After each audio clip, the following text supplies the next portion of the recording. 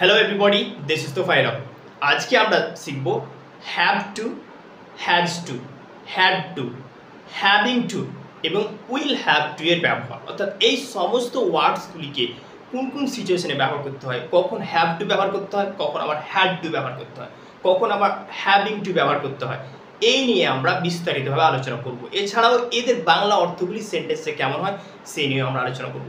So ভিডিওটি খুবই informative হতে চলেছে। এই ভিডিওটি অবশ্যই তোমার ইংলিশ স্পিকিং স্কিলকে ইমপ্রুভ করতে সাহায্য করবে। সো বেসিক্যালি এই ভিডিওটা খুবই ইনফরমেটিভ হতে চলেছে। So stay connected with me till the end and let's get started. Okay, তো প্রথমে কি আছে দেখো, have to, have to, right? Okay, so have to কথার বাংলা অর্থ কি, হ্যাভ টুকে কোন পরিস্থিতিতে কোন সিচুয়েশনে ব্যবহার করতে হয় সে নিয়ে আমরা এবার জেনে নেব। ওকে, তো সেগুলো জানার আগে এই বাক্যগুলিকে পড়ে নাও। কি বলছে দেখো, আমাকে রান্না করতেই হয়। দেখো এখানে কিন্তু করতেই হয় মানে কি, শেষে হস্যই রয়েছে, যুক্ত রয়েছে, মানে কাজটাকে জোর দিয়ে বোঝাচ্ছে যে আমাকে এই কাজটা করতে হয়। আমাদেরকে তার সঙ্গে কাজ করতে হয়, আমাদেরকে তার সঙ্গে কাজ করতে হয়। মনে করো যে হয়তো তার সঙ্গে কাজ করার তোমার ইন্টারেস্ট নেই, আগ্রহ নেই, ইচ্ছে নেই, কিন্তু তবুও হয়তো বাধ্য তার সঙ্গে তোমার কাজ করতে হচ্ছে। তো এরকম বাধ্য মানে কোনো একটা কাজ যখন তোমাকে বাধ্য করতে হয় তোমার ইচ্ছা না থাকা সত্ত্বেও, সেক্ষেত্রে আমরা হ্যাভ টুকে ব্যবহার করে থাকি। ওকে, আমাকে ঘর পরিষ্কার করতেই হয়। মনে করো তোমার ঘর পরিষ্কার করার কোনো ইন্টারেস্ট নেই, তুমি ঘর পরিষ্কার করতেই চাও না, কিন্তু বাধ্য তোমাকে ঘর পরিষ্কার করতে হচ্ছে। সেই জন্য এই ক্ষেত্রে আমাদেরকে কি ব্যবহার করতে হবে, হ্যাভ টু ব্যবহার করতে হবে। তাদেরকে স্কুল যেতেই হয়। দেখো ছোটোবেলায় যখন স্কুলে নতুন মানে ভর্তি হয় তখন কিন্তু অনেক ছাত্র এরকম থাকে যে স্কুল যেতে একদম পছন্দ করে না, তাদের ইচ্ছেই করে না স্কুল যাওয়ার, কিন্তু কি হয় তাদেরকে স্কুল যেতেই হয় বাধ্য, কারণ না গেলে হয়তো তাদের মানে বা পিতামাতা তাদেরকে বকতে পারে, ঠিক আছে? তো এই যে যখন কোনো একটা কাজ তোমার ইচ্ছা থাকবে না, তোমার অনিচ্ছা থাকবে, তা সত্ত্বেও তোমাকে সেই কাজটা করতে হয়, সেক্ষেত্রে আমরা হ্যাভ টুকে ব্যবহার করবো। তাহলে বুঝতে পারলে যে হ্যাভ টু আমরা কোন পরিস্থিতিতে ব্যবহার করবো, হ্যাভ টু আমরা এমন একটা পরিস্থিতিতে ব্যবহার করবো যেখানে যে কোনো একটা কাজ আমাদেরকে বাধ্য করতে হবে, ঠিক আছে? তো হ্যাভ টু এর বেসিক্যালি মিন্স যে কোনো কাজ করতেই হয়, কোনো কাজ করতেই হয়, এরকম তার বাংলা মানেটা হবে, কোনো কাজ করতেই হয়। আর যেটা কি বুঝাবে, একটা বাধ্যবাধকতা কিন্তু বুঝাবে, ঠিক আছে? প্রথম বাক্যটা কি বলছে দেখো, তাহলে আমরা বুঝে গেলাম যে হ্যাভ টু মানে যে কোনো একটা কাজ করতেই হয়, আর সেটা কি হিসাবে, একটা চাপ থাকবে, যে কি একটা বাধ্যবাধকতা থাকবে যে এই কাজটা আমার করতে হবে, হয়তো তোমার ইন্টারেস্ট নেই তবুও সেটা করতে হবে চাপের কারণে, ঠিক আছে? এরকম সিচুয়েশনে ব্যবহার করতে হয়। আশা করি বুঝতে পারলে। তো এবার আমরা উদাহরণগুলো দেখো, বলছে আমাকে রান্না করতেই হয়, আমাকে রান্না করতেই হয়। তো এখানে আমরা কি দেবো, এখানে আমরা দিয়ে দেবো আই, তারপর দিয়ে দেবো হ্যাভ, তারপর দিয়ে দেবো টু। তবে একটা জিনিস মনে রাখবে যে হ্যাভ টু এর পরে কি বসবে বলো তো, ভার্বের 1 নম্বর ফর্ম বসবে। হ্যাভ টু এর পরে কি বসবে, ভার্বের 1 নম্বর ফর্ম, ঠিক আছে? তো আই হ্যাভ টু কুক। দেখো আই হ্যাভ টু কুক মানে কি বলতো, যে আমাকে রান্না করতেই হয়। হয়তো আমার রান্না করার ইন্টারেস্ট নেই, কিন্তু তবুও আমাকে রান্না করতে হয়, পরিস্থিতি এরকম হয়তো, ঠিক আছে? তো আই হ্যাভ টু কুক মানে আমাকে রান্না করতে হয়। দেখো এখানে হ্যাভ টু, এবার আমরা দেখবো যে কি হ্যাভ টু কোন কোন সিচুয়েশনে বসে। আশা করি তোমরা হ্যাভ এর ব্যবহার জানো। যদি থাকে মনে করো যে আই, উই, দে, ইউ, এগুলির পরে কি বসে বলো তো, এগুলির পরে হ্যাভ বসে। মানে সাবজেক্ট যদি আই, উই, দে, ইউ থাকে, তাহলে এগুলোর পরে আমরা কি বসাবো, হ্যাভ টু বসাবো, ঠিক আছে? তাহলে আই আছে সাবজেক্ট, তার জন্য হ্যাভ দিয়ে নিয়েছি। তো আই হ্যাভ টু কুক, আমাকে রান্না করতেই হয়, ঠিক আছে? এবার এই ভার্বটাকে তুমি চেঞ্জ করতে পারো। তুমি যদি মনে করো যে আমাকে খেলতেই হয়, তাহলে কি করতে হবে, I have to play, I have to play, ঠিক আছে? এখানে তুমি প্লে দিতে পারো, আই হ্যাভ টু প্লে, আমাকে রান্না করতে হয়। বুঝতে পারছো? তাহলে বুঝতে পারলে যে কোন সিচুয়েশনে হ্যাভ টু কে ব্যবহার করতে হয়। তারপরে কি আছে দেখো, আমাদেরকে তার সঙ্গে কাজ করতে হয়। হয়তো তার সঙ্গে কাজ করা তোমাদের মানে ইন্টারেস্ট নেই, কিন্তু তবুও বাধ্য করতে হচ্ছে, হয়তো পরিস্থিতি এরকম, সেই জন্য। তো আমাদেরকে তার সঙ্গে কাজ করতে হয়। তো আমাদেরকে তাহলে আমরা কি দেবো, এখানে সাবজেক্ট উই, উই এর পরে কি বসে, হ্যাভ টু বসে। তার জন্য আমরা কি নিয়ে নেবো, have to, we have two. এবার সবসময় মনে রাখবে, অলওয়েজ কিপ ইন মাইন্ড যে হ্যাভ টু এর পরে কিন্তু ভার্বের 1 নম্বর ফর্ম বসবে। উই হ্যাভ টু কি বলতো, কাজ করতে হয়, তাহলে we have to work, we have to work with হিম। দেখতে পেলে উই হ্যাভ টু ওয়ার্ক, দেখো এখানে আমরা কি নিয়েছি ওয়ার্ক ভার্বের 1 নম্বর ফর্ম, এখানে কুক ভার্বের 1 number form. We have to work with him, আমাদেরকে তার সঙ্গে কাজ করতেই হয়। ঠিক আছে, এই সিচুয়েশনে হয়তো তুমি কাজ তার সঙ্গে কাজ করো তোমার ইন্টারেস্ট নেই, আগ্রহ নেই, কিন্তু বাধ্য, হয়তো তোমার পয়সার প্রয়োজন আছে, তুমি জানছো যে তোমার হয়তো বস কিংবা তুমি যার সঙ্গে কাজ করছো সে হয়তো ঠিকঠাক নয়, সে মিসবিহেভ করছে হয়তো তোমার সঙ্গে, কিন্তু হয়তো তোমার পয়সার প্রয়োজন আছে, বাধ্য কাজ করতে হচ্ছে। ঠিক আছে, সেই জন্য এই হ্যাভ টুকে ব্যবহার করলাম, যে we have to work with হিম, মানে কি আমাদেরকে তার সঙ্গে কাজ করতে হয়। বুঝতে পারলে, আমাকে ঘর পরিষ্কার করতে হয়, আমাকে ঘর পরিষ্কার করতেই হয়, তাহলে আমরা কি দেবো এখানে, হয়তো তোমার ঘর পরিষ্কার করার কোনো ইন্টারেস্ট নেই কিন্তু বাধ্য, তাহলে আমরা কি দেবো আমাকে, তার মানে কি দেবো এবার আই হ্যাভ টু, টি এর পরে কি বসে ভার্বের 1 নম্বর ফর্ম ক্লিন, মানে পরিষ্কার করা। I have to clean the room, I have to clean the room, মানে আমাকে ঘর পরিষ্কার করতেই হয়, আমাকে ঘর পরিষ্কার করতেই হয়। ঠিক আছে, তাদেরকে স্কুল যেতেই হয়, এগুলো কিন্তু সব প্রেজেন্ট টেন্সে, যতগুলো বাক্য দেখতে পাচ্ছ কি রয়েছে এগুলো প্রেজেন্ট ফর্মটাকে ইন্ডিকেট করছে যে কোনো একটা কাজ করতেই হয় এরকম। ঠিক আছে, এর আগে আমরা শিখবো, ঠিক আছে, যে মানে হ্যাজ টু, হ্যাড টু, হ্যাঁ উইল হ্যাভ টু এর ব্যবহার, রাইট। কি বলছিলাম, তাদেরকে স্কুল যেতেই হয়, তাহলে আমরা কি দেব দে, দের পরে কি বসে বলো তো হ্যাভ বসে, they have to go to school, they have to go to school, মানে কি তাদেরকে স্কুল যেতে হয়, they have to go to school, তাদেরকে স্কুল যেতে হয়। তো আই হোপ যে তোমরা বুঝতে পারলে যে হ্যাভ টু কে কোন কোন সিচুয়েশনে ব্যবহার করতে হয়। ওকে, তো এবার আমরা জেনে নেব হ্যাজ টু এর ব্যবহার। দেখো, যেমন করে হ্যাভ টু আমরা তখনই ব্যবহার করি যখন কোনো একটা কাজ বাধ্য করতে হয়, ইচ্ছে না থাকা সত্ত্বেও, সেই রকম সিচুয়েশনে আমরা হ্যাজ টু কেও ব্যবহার করব। ঠিক আছে, হ্যাজ টু মানেও যে কোনো কাজ করতেই হয়, বাধ্য। ঠিক আছে, মানে ইচ্ছে না থাকলেও করতে হয়, সেই সিচুয়েশনে আমরা হ্যাজ টু কেও ব্যবহার করব। ক্লিয়ার? কি বলছে দেখো, তাকে রান্না করতেই হয়, তাকে রান্না করতে হয়, হয়তো তার রান্না করার ইচ্ছে নেই কিন্তু তবুও তাকে রান্না করতে হয়। ঠিক আছে, তাহলে আমরা কি দেব হি, হি হ্যাজ টু কুক, তাকে রান্না করতে হয়, হি হ্যাজ টু কুক, তাকে রান্না করতে হয়। ঠিক আছে, আর কি দেখো যে হ্যাজ টু এর পরে কি বসবে ভার্বের 1 নম্বর ফর্ম বসবে, তার জন্য এখানে কি নিয়েছি কুক, ভার্বের 1 number form, he has to cook, তাকে রান্না করতে হয়। ক্লিয়ার? অ্যাকচুয়ালি বেসিক্যালি দেখো আমরা হ্যাজ টু সাবজেক্ট যদি মানে হি সি বা কারো নাম থাকে, ঠিক আছে, তাদের পরে আমরা কি নিব, তাদের পরে আমরা নিব হ্যাজ টু। ঠিক আছে, বুঝতে পারলে?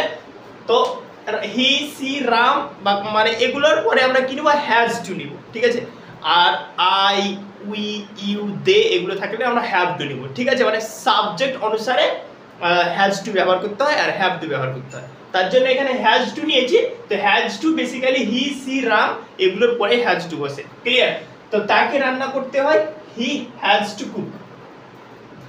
রাজকে ঘর পরিষ্কার করতেই হয়, রাজকে ঘর পরিষ্কার করতে হয়, কি আছে কারোর নাম আছে এখানে রাজ, তাহলে কি হবে কারোর নাম থাকলো আমরা হ্যাজ টু নিব, তার জন্য আমরা কি লিখবো এখানে রাজ হ্যাজ টু ক্লিন, ক্লিন মানে পরিষ্কার করা, দ্য রুম। দেখতে পেলে রাজ হ্যাজ টু ক্লিন, দেখো টু এর পরে কি বসেছে ভার্বের 1 নম্বর ফর্ম, হ্যাজ টু এর পরে ভার্বের 1 নম্বর ফর্ম বসে সব সময়। Raj has to clean the room, রাজকে ঘর পরিষ্কার করতেই হয়। দেখো রাজের হয়তো ঘর পরিষ্কার করার কোনো ইচ্ছে নেই, ঠিক আছে, ও চায় না যে সে মানে ঘর পরিষ্কার করতে, কিন্তু তাকে বাধ্য ঘর পরিষ্কার করতে, এরকম পরিস্থিতিতে আমরা হ্যাজ টু কে ব্যবহার করেছি। Raj has to clean the room, রাজকে ঘর পরিষ্কার করতেই হয়, রাইট।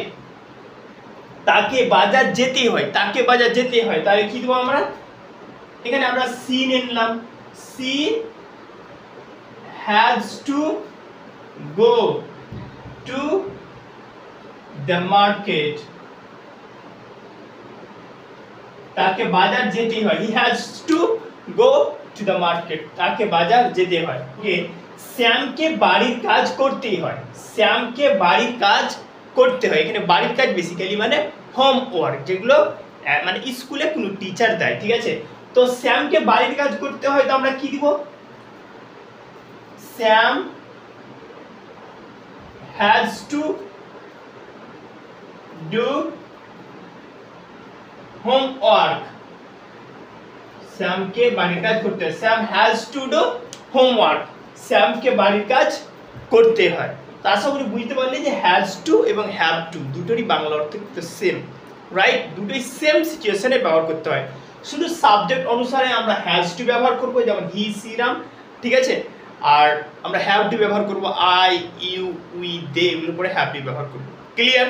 ওকে, তো এবার আমরা হ্যাড টু এর ব্যবহারটাকে শিখে নেব। ওকে, তো আমি বলি দিই যে হ্যাড টু অ্যাকচুয়ালি হ্যাভ এবং হ্যাজ টু এর পাস্ট ফর্ম হচ্ছে হ্যাড টু। আমরা যেমন হ্যাভ টু ব্যবহার করলাম, হ্যাজ টু ব্যবহার করলাম, ঠিক আছে, তো ওগুলো প্রেজেন্ট টেন্সে ব্যবহার করলাম, রাইট। এবার পাস্ট টেন্সে অর্থাৎ অতীতকালে যখন বুঝাবো যে কোনো একটা কাজ করতেই হয়েছিল বাধ্য, সেই ক্ষেত্রে আমরা কি ব্যবহার করব, হ্যাড টু ব্যবহার করব। তো হ্যাড টু কথার বাংলা অর্থ হচ্ছে যে কোনো কাজ অতীতকালে করতেই হয়েছিল, মানে কোনো কাজ করতেই হয়েছিল। তো আমি এখানে সিম্পলি লিখে দিলাম যে করতেই হয়েছিল, মানে এটা পাস্ট টেন্স চলে গেল, ঠিক আছে। তাহলে হ্যাড টু মানে কি, যে কোনো কাজ করতেই হয়েছিল, এটা মানে এটা সিম্পল, মানে যেমন করে হ্যাভ টু রয়েছে, হ্যাজ টু রয়েছে, তো হ্যাভ টু এবং হ্যাজ টু এর পাস্ট ফর্ম হচ্ছে হ্যাড টু, দ্যাটস ইট, বেশি মনে রাখতে হবে না। আর হ্যাড টু কে পাস্ট টেন্সে ব্যবহার করতে হয়, যে অতীতকালে কোনো কাজ করতেই হয়েছিল বাধ্য, ঠিক আছে। যেমন কি বলছে দেখো, তাকে রান্না করতেই হয়েছিল, এই দেখতে পাচ্ছ হয়েছিল, তার মানে কি এটা পাস্ট টেন্সে আছে। ওকে, আমরা একটু আগে বললাম প্রেজেন্ট টেন্সে যে কি তাকে রান্না করতেই হয়, তাকে রান্না করতে হয়, তো এবার কি তাকে রান্না করতেই হয়েছিল, পাস্ট টেন্স চলে গেল, তো সেই ক্ষেত্রে আমরা হ্যাড টু কে ব্যবহার করব। আর হ্যাড টু এর পরেও কিন্তু কি বসবে, ভার্বের 1 নম্বর ফর্ম বসবে, এটা কিন্তু সবসময় মাথায় রাখতে হবে। হ্যাড টু এর পরে কি বসবে, ভার্বের 1 নম্বর ফর্ম। তো তাকে রান্না করতে হয়েছিল, তাহলে আমরা কি দিব, সি হ্যাড টু কুক, তাকে রান্না করতে হয়েছিল, সি হ্যাড টু কুক। ওকে, দেখো হ্যাভ টু এবং হ্যাজ টু তে সাবজেক্ট অনুসারে বসে, যে মানে কোন কোন সাবজেক্টে পরে হ্যাজ টু বসে, আবার কোন কোন সাবজেক্টে পরে হ্যাভ টু বসে। বাট হ্যাড টু সাবজেক্ট যেই হোক না কেন, সবার ক্ষেত্রে কিন্তু হ্যাড টুই বসবে। ক্লিয়ার? যে তাকে রান্না করতে হয়েছিল, সি হ্যাড টু কুক। ওকে, আমাকে বাজার যেতেই হয়েছিল, আমাকে বাজার যেতেই হয়েছিল, তাহলে আমরা কি দিব, I had to go to market, আমাকে বাজার যেতে হয়েছিল, I had to go to market, আমাকে বাজার যেতে হয়েছিল। তারপরে কি আছে দেখো, তাকে ঘর পরিষ্কার করতে হয়েছিল, তাকে ঘর পরিষ্কার করতে হয়েছিল, জোর দিয়ে বলছে দেখো যে পাস্ট টেন্সে যে ঘর পরিষ্কার করা একটা কাজ, এই কাজটাকে কি তাকে বাধ্য করতে হয়েছিল, ঠিক আছে, এই জন্য বলছে তাকে ঘর পরিষ্কার করতে হয়েছিল। সেক্ষেত্রে আমরা কি লিখবো, আবার এখানে আমরা দেখতে পারি যে he had to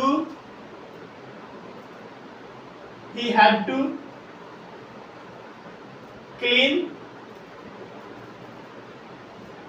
the room, তাকে ঘর পরিষ্কার করতে হয়েছিল, had to clean the room, তাকে ঘর পরিষ্কার করতে হয়েছিল। দেখো হ্যাড এর পরে কি বসেছে, ভার্বের 1 নম্বর ফর্ম, এখানে দেখো ভার্বের 1 নম্বর ফর্ম, এটা কিন্তু সবসময় মাথায় রাখবে, ঠিক আছে। তারপরে কি হচ্ছে, রাজকে হোমওয়ার্ক করতে হয়েছিল, হোমওয়ার্ক মানে বাড়ির কাজ, ঠিক আছে, যেটা স্কুলে দেয় ছাত্রছাত্রীদের এক্সারসাইজ করতে, সেটাকে হোমওয়ার্ক বলে। রাজকে হোমওয়ার্ক করতে হয়েছিল, তাহলে আমরা কি বলবো, রাজ had to do homework, রাজকে হোমওয়ার্ক করতে হয়েছিল। তো আশা করি তোমরা বুঝতে পারলে যে হ্যাড টু কে কোন সিচুয়েশনে ব্যবহার করতে হয়। Had to K past tense হিসেবে আমরা ব্যবহার করব, যেটা মানে হ্যাভ টু এবং হ্যাজ টু এর পাস্ট টেন্স, এটা ক্লিয়ার?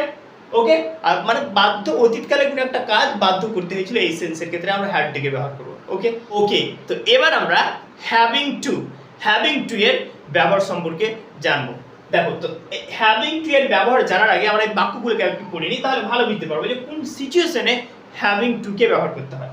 দেখো আমাকে রান্না করতে হচ্ছে, এখানে একটা জিনিস নোটিস করো, করতে হচ্ছে মানে কি কাজটা চলছে, ঠিক আছে, মানে কাজটা হচ্ছে। কিন্তু এখানে বুঝো এখানে কি হচ্ছে, করতে হচ্ছে কেন বলছে, হয়তো তোমার রান্না করার ইচ্ছে নেই কিন্তু তবু তোমাকে বাধ্য কাজটা করতে হচ্ছে, ঠিক আছে, রান্না করতে হচ্ছে, তার জন্য কি বলছে আমাকে রান্না করতেই হচ্ছে। তো আমরা তো জানি যে কি হ্যাভ টু এবং হ্যাজ টু এর ব্যবহারটা এরকম যে কোনো একটা কাজ তোমার করতে ইচ্ছা করবে না কিন্তু বাধ্য তবুও করতে হয় কোনো সিচুয়েশনের কারণে, ঠিক আছে। এই সেন্সে আমরা হ্যাভ টুকে কিংবা হ্যাজ টুকে ব্যবহার করি। তো সেই একই রকম ভাবে এখানে চলে এসেছে কি হ্যাভিং টু, ইট মিনস কি কোনো কাজ তোমাকে করতে হচ্ছে, ঠিক আছে, মানে কাজটা অনগোয়িং চলছে, মানে একটা কাজটা অ্যাকচুয়ালি বর্তমানে চলছে, এরকম সিচুয়েশনের ক্ষেত্রে আমরা কি ব্যবহার করবো, হ্যাভিং টু, রাইট। রাজকে পড়তেই হচ্ছে, তাদেরকে স্কুল যেতেই হচ্ছে, তাদেরকে স্কুল যেতেই হচ্ছে, তাকে কঠোর পরিশ্রম করতেই হচ্ছে, দেখো পরিশ্রমটা চলছে এরকম, তাদের কঠোর পরিশ্রম করতেই হচ্ছে, ঠিক আছে। তো এই সমস্ত বাক্যগুলিকে তৈরি করার জন্য আমাদেরকে ব্যবহার করতে হবে হ্যাভিং টু, হ্যাভিং টু, ঠিক আছে। তো কি বলছে দেখো, তো হ্যাভিং টু কথা বেসিক্যালি বাংলা অর্থ হচ্ছে যে কোনো কাজ করতেই হচ্ছে, ঠিক আছে।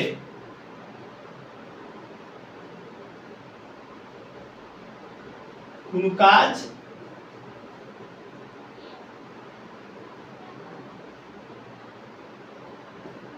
করতেই হচ্ছে, বুঝতে পারলে? তাহলে হ্যাভিং টু কথা বাংলা অর্থ হচ্ছে কোনো কাজ করতেই হচ্ছে, ঠিক আছে। তাহলে হ্যাভ টু আলাদা, হ্যাভ টু মানে যে আমাকে কোনো কাজ করতে হয়, আর এটা একটা অনগোয়িং প্রসেস বোঝাচ্ছে, করতেই হচ্ছে কাজটা, ঠিক আছে। তো কি বলছে হ্যাভিং টু, তাহলে আমাকে রান্না করতে হচ্ছে, তাহলে কি আমরা দেব আই। এবার দেখো যদি এরকম সেন্টেন্সটা থাকতো যে আমাকে রান্না করতে হয় তাহলে আমরা কি দিতাম I have to cook, but এখানে যেহেতু কাজটা অনগোয়িং চলছে তার জন্য আমরা কি দেবো আই এর পরে আমরা সাবজেক্ট অনুসারে কি নেবো বলতো, আই বলে না সাবজেক্ট অনুসারে আমরা এম ইজ আর নিতে হবে আমাদের। তাহলে আই এর পরে কি বলছে এম, তাহলে আই এম, তারপরে আমরা কি দেবো হ্যাভিং, দেখো তারপরে আমরা হ্যাভিং টু দিয়ে দিলাম। তাহলে বুঝতে পারলে যে হ্যাভিং টু এর যখন ব্যবহার করবে তো হ্যাভিং টু এর কি করবে সাবজেক্টের পরে কিন্তু একটা অক্সিলারি ভার্ব নিতে হবে, আর সেই ভার্বটা কি হবে এম হতে পারে, ইজ হতে পারে, আর হতে পারে, সেটা অ্যাকর্ডিং টু দ্য সাবজেক্ট হিসাবে আমরা ভার্বটাকে নিব। তো আই এম হ্যাভিং টু, এবার টু এর পরে কি বুঝবে ভার্বের সবসময় এক নম্বর ফর্ম, তাহলে আমরা কি দেব কুক, পেয়ে গেল। I am having to cook মানে আমাকে রান্না করতে হচ্ছে, I am having to cook আমাকে রান্না করতে হচ্ছে। এবার তুমি যদি মনে করো যে আমাকে খেলতেই হচ্ছে, I am having to play আমাকে খেলতেই হচ্ছে, বুঝতে পারছো সেন্টেন্সগুলো। তারপরে কি আছে রাজকে পড়তেই হচ্ছে, রাজকে পড়তে হচ্ছে, এবার রাজ দেখা একজনের নাম, রাইট, প্রথমে রাজ নিয়ে নাম, রাজ, রাজকে পড়তেই হচ্ছে একটা অনগোয়িং প্রসেস বোঝাচ্ছে। তো রাজের পরে কি নিব আমরা, একটা কিন্তু আগে অক্সিলারি ভাব নিতে হবে এম ইজ আর এর মধ্যে, তাহলে কি নিব রাজের পরে ইজ বসে, ইজ নিলাম, রাজ ইজ, আবার having to, Raj is having to read, রাজকে পড়তে হচ্ছে। দেখো এখানে আমি কি বলেছিলাম যে টু এর পরে ভার্বের এক নম্বর ফর্ম সবগুলোর ক্ষেত্রে, দেখো এখানে রয়েছে ভার্বের এক number form, Raj is having to read, রাজকে পড়তেই হচ্ছে, Raj is having to read, clear. তাদেরকে স্কুল যেতেই হচ্ছে, তাদেরকে স্কুল যেতেই হচ্ছে, তাহলে আমরা এখানে কি নিব তাদেরকে, তাহলে আমরা বসিয়ে দেব দে। এবার দে এর পরে তো ইজও বসবে না আর এমও বসবে না, কি নিব আমরা আর, দে আর, they are having to go to school, they are having to go to school তাদেরকে স্কুল যেতেই হচ্ছে, বুঝতে পারছো। তো এইভাবে সেন্টেন্সে ব্যবহার করতে হয় এদিকে। তারপরে কি আছে তাকে কঠোর পরিশ্রম করতেই হচ্ছে, তাহলে আমরা কি নেব হি, হি, হি এর পরে কি নেব আমরা ইজ নিব, he is having to, he is having to work hard তাকে কঠোর পরিশ্রম করতে হচ্ছে। তাহলে আশা করি তোমরা বুঝতে পারলে যে কি হ্যাভিং টু কে কোন সিচুয়েশনে ব্যবহার করতে হয়। হ্যাভিং টু বেসিক কোনো এটা কোনো মানে আলাদা টপিক নয় actually, having to have two থেকে এসছে, রাইট। তো যখন কোনো কাজ মানে কন্টিনিউয়াসলি করতেই হচ্ছে বাধ্য, অনগোয়িং প্রসেস যাচ্ছে, সেক্ষেত্রে আমরা হ্যাভিং টু ব্যবহার করবে, মানে হ্যাভিং টু ব্যবহার করতে হয়। আর হ্যাভিং টু যখন ব্যবহার করবে তখন সাবজেক্ট অনুসারে এম ইজ আর নিতে হবে, ঠিক আছে। আর বাকি হ্যাভিং টু এর পরে ভার্বের এক নম্বর ফর্ম বসবে একই কিন্তু। ওকে, এবার আমরা উইল হ্যাভ টু এর ব্যবহারটাকে জেনে নিই, রাইট? তার আগে বাক্যগুলো দেখে নাও।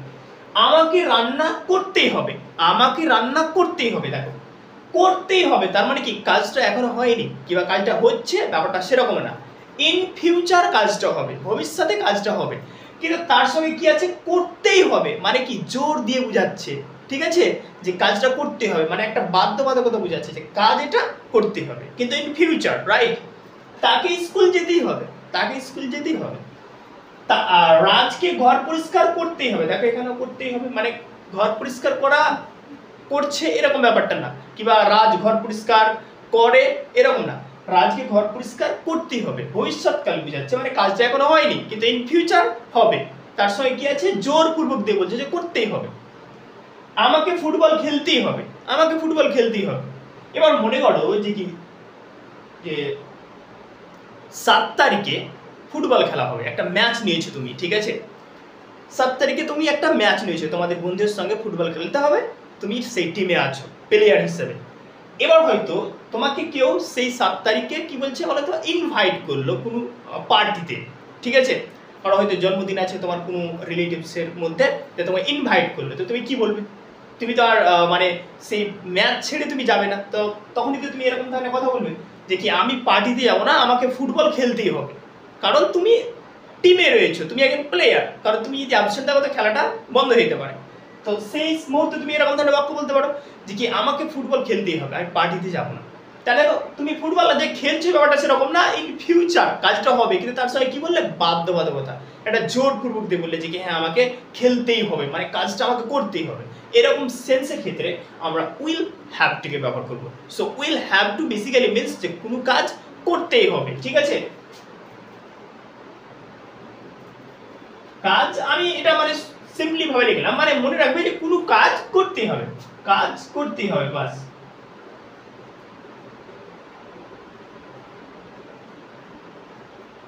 করতে হবে, ঠিক আছে? বুঝা গেল কি বলছে? দেখো আমাকে রান্না করতেই হবে, তাহলে আমরা কি দেব, I will have to cook. দেখো হ্যাভ টু এর পরে কিন্তু কি বসবে, উইল হ্যাভ টু এর পরে ভার্বের 1 number form, I will have to cook, আমাকে রান্না করতে হবে। বুঝতে পারলে? মানে হ্যাভ টু এর পরে সবসময় ভার্বের 1 নম্বর ফর্ম বসবে, এটা কিন্তু সবসময় মাথায় রাখবে, ক্লিয়ার? তো আমাকে রান্না করতে হবে, I will have to cook, আমাকে রান্না করতেই হবে। এবার একটা জিনিস বলে দিই, আয়ের পরে শ্যাল দিবে না, আজকাল মডার্ন ইংলিশে শ্যালের ব্যবহার প্রায় মানে কমতে চলেছে, ঠিক আছে? আমরা যদি আয়ের পরে উইল বসাই তো নো প্রবলেম, এটা কোনো বড় ব্যাপার নয় যে আয়ের পরে শ্যালই বসাতে হবে, ইটস নট লাইক দ্যাট। তুমি উইল দিয়েও সেন্টেন্স তৈরি করতে পারো, কোনো সমস্যা নেই। I will have to cook, আমাকে রান্না করতে হবে। তাকে স্কুল যেতেই হবে, তাহলে আমরা কি দেবো, he will have to go to school, তাকে স্কুল যেতেই হবে, he will have to go to school, তাকে স্কুল যেতেই হবে। রাজকে ঘর পরিষ্কার করতেই হবে, তাহলে আমরা কি দেব, Raj will have to clean the room, রাজকে ঘর পরিষ্কার করতে হবে, Raj will have to clean the room, রাজকে ঘর পরিষ্কার করতে হবে। আমাকে ফুটবল খেলতেই হবে, এই দেখো এই বাক্যটা, তাহলে কি দেবো, I will have to play football, আমাকে ফুটবল খেলতে হবে। I will have to play football, আমাকে ফুটবল খেলতে হবে। আশা করি বুঝতে পারলে যে উইল হ্যাভ টু কোন সিচুয়েশনে ব্যবহার করা হয়। So thanks for watching this video, thank you. ভিডিওটি ভালো লাগলে অবশ্যই লাইক করবেন এবং বাংলা থেকে ইংরেজি শেখার জন্য আমাকে ফলো করবেন। Thank you.